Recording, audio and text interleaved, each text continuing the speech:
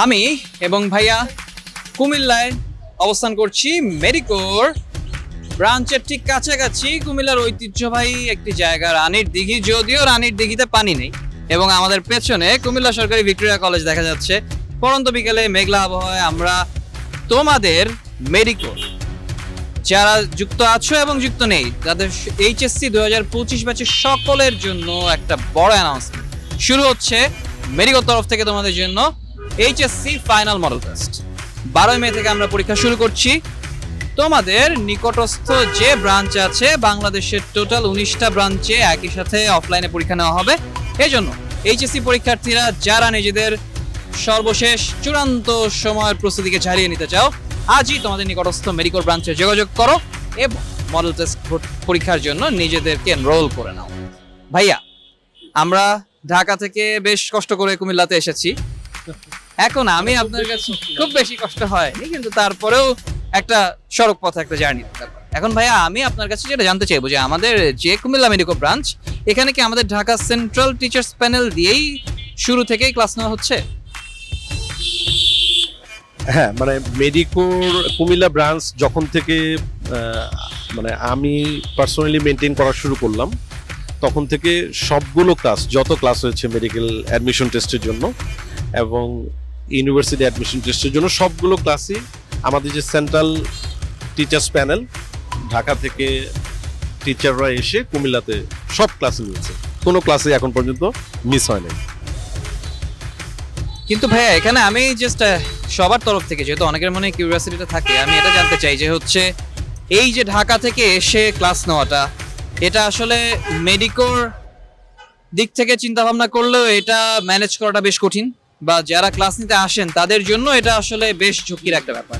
কিন্তু ভাই, আপনার এখানে এই ব্যাপারে দৃষ্টিভঙ্গিটা আসলে কি, যে কেন শুধুমাত্র সেন্ট্রাল প্যানেলের যারা আছে তারাই এখানে এসে ক্লাস নিবে? এটা আমাদের বাংলাদেশের সব ব্রাঞ্চে আমরা মেনটেন করার চেষ্টা করি এবং করা হয়, কিন্তু ভাই মানে এই জিনিসটার পেছনের গল্পটা আসলে। Thank you. এইটার ব্যাপারে আসলে অ্যাকচুয়ালি আমাদের দৃষ্টিভঙ্গি বা আমাদের যুক্তি বা আমাদের চেষ্টা, সেটা আসলে কোন প্রেক্ষাপটে, যখন মেডিকোর ব্রাঞ্চ বাড়তে থাকলো, তখন আমরা চিন্তা করলাম যে ঢাকার এই ব্রাঞ্চগুলোর বাইরে যতই আমরা নতুন ব্রাঞ্চ ওপেন করি, সেখানে ক্লাসের কোয়ালিটি, যেহেতু একজন স্টুডেন্টের ভালো প্রিপারেশনের জন্য চ্যাপ্টার ভিত্তিক ক্লাসগুলা খুবই জরুরি, ভালো হওয়া জরুরি, তখন আমরা চিন্তা করলাম যে তাহলে ক্লাসের কোয়ালিটি কিভাবে সেম রাখা যায়।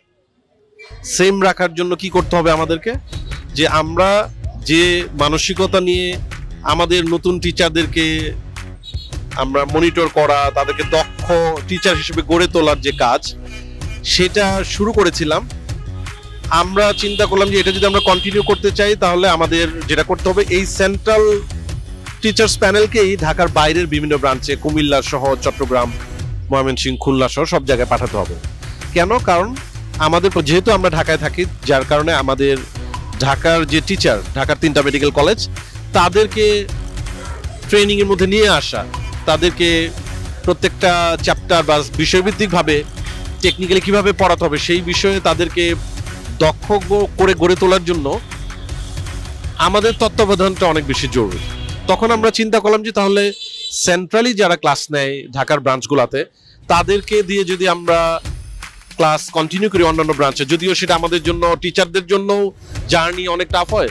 আবার আমরা যদি ফিনান্সিয়ালি চিন্তা করি, খরচের ব্যাপার চিন্তা করি, এটাও মেডিকেলের উপরেও একটা প্রাতিষ্ঠানিকভাবে একটা প্রেশার পড়ে। বাট আমরা ওই সময়কার চিন্তা, বা এখন পর্যন্ত, আজকে পর্যন্ত বা পরবর্তী ব্যাচগুলো পর্যন্ত আমাদের চিন্তা যে ক্লাসের কোয়ালিটির ব্যাপারে কোনো ছাড় দেওয়া যাবে না। যার কারণে ওইটার ক্ষেত্রে আমরা একেবারেই খুবই সিনসিয়ার ছিলাম এবং এটা এখন পর্যন্ত কন্টিনিউ হচ্ছে। আশা করি যে ক্লাসের কোয়ালিটি ঠিক রাখার জন্য এই যে আমাদের ঢাকার 3টা মেডিকেল কলেজ নিয়ে আমরা নিজস্ব যে টিচার্স প্যানেল তৈরি করেছি, তাদেরকে ভালো পারফরমেন্স যেন তারা বিভিন্ন ব্রাঞ্চে দেখাতে পারে এবং সুন্দরভাবে স্টুডেন্টদেরকে হেল্প করতে পারে, সেটা বজায় থাকবে। এবং আমাদের যুক্তির জায়গা বা আমাদের ব্যাখ্যা যদি আমরা বলি, তাহলে এটাই যে এই টিচারদেরকে আমি সহ আমাদের সিনিয়র কয়েকজন যেন সঠিকভাবে টিচার হিসেবে তাদেরকে মনিটরিং এর মধ্যে রাখতে পারি, সেটাই আমাদের মূল উদ্দেশ্য ছিল। Thank you.